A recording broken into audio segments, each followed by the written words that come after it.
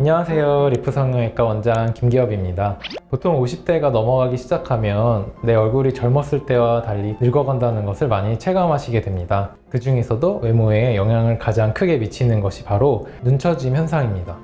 젊었을 때와 달리 눈이 처지기 시작하면 피곤하고 무기력해 보이는 인상이 만들어지기 때문인데요. 그간 성형수술에 전혀 관심이 없다가도 이 노화 현상으로 인해 난생 처음 성형수술을 결심하시는 분들도 아주 많으십니다. 이럴 때 일반적으로 가장 많이 생각하시는 것이 쌍꺼풀 수술입니다. 정식 명칭은 상안검 수술입니다. 이 상안검 수술로 효과를 보기에 좋은 눈이 있는데요. 거울을 보며 스스로 체크할 수 있으니 제 이야기를 들으며 확인해 보시면 좋을 것 같습니다. 우선 눈썹 높이가 적당해야 합니다. 눈썹이 많이 내려와 있는 눈은 수술 후에 눈썹이 더 내려오면서 눈과 눈썹의 밸런스가 무너지기 쉽습니다. 그 때문에 가만히 있어도 화난 사람처럼 보이는 인상이 만들어지기도 하고요. 그리고 눈꺼풀, 피부가 얇은 분들이 수술에 유리합니다. 피부가 조금 두꺼운 대신 눈처짐이 적으신 편이라면 이런 분들도 괜찮고요. 상안검 수술을 고민 중이시라면 방금 말씀드린 눈썹 높이와 눈꺼풀, 피부 이렇게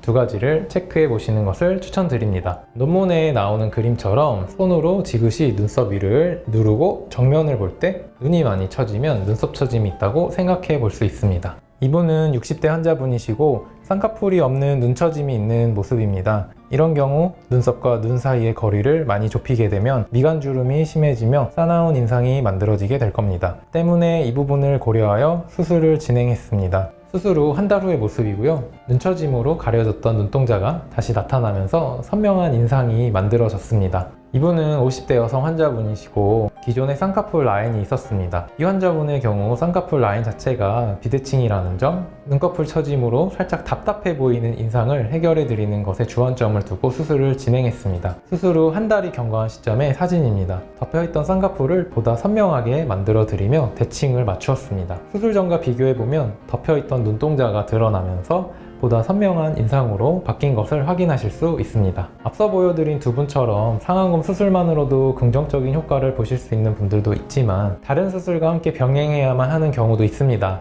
눈꺼풀 피부가 두껍다거나 눈썹이 많이 내려와 있는 경우 상안검 수술만 진행하게 된다면 별다른 효과를 보지 못하거나 최악의 경우 수술 전보다 부정적인 인상으로 변하기도 합니다. 그래서 이런 분들은 이마 거상 수술이나 눈썹하 거상 수술을 함께 진행하는 것을 권해드리고 있습니다. 이분은 60대 환자분이세요. 눈꼬리가 올라가 있고 눈두덩이가 두꺼우시죠?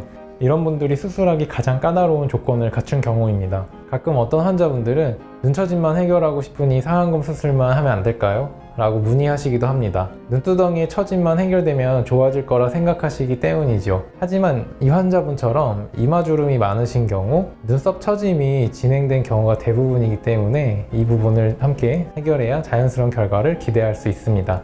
그래서 이분은 이마 거상 수술과 상안검을 동시에 진행했습니다. 쌍꺼풀 라인을 깔끔하게 만들어드려 부드러우면서도 선명한 인상을 연출해드렸고요. 또한 이마 거상 수술이 함께 진행되어 이마의 주름 역시 많이 개선된 것을 확인하실 수 있습니다. 이렇게 이마 거상 수술을 함께 진행하게 되면 이마 주름이 사라지는 것과 동시에 눈썹 처짐을 해결하는 두 가지 긍정적인 변화를 가져오게 됩니다. 눈썹 처짐이 해결됐기 때문에 상안검 결과도 자연스럽게 나오게 된 것이고요.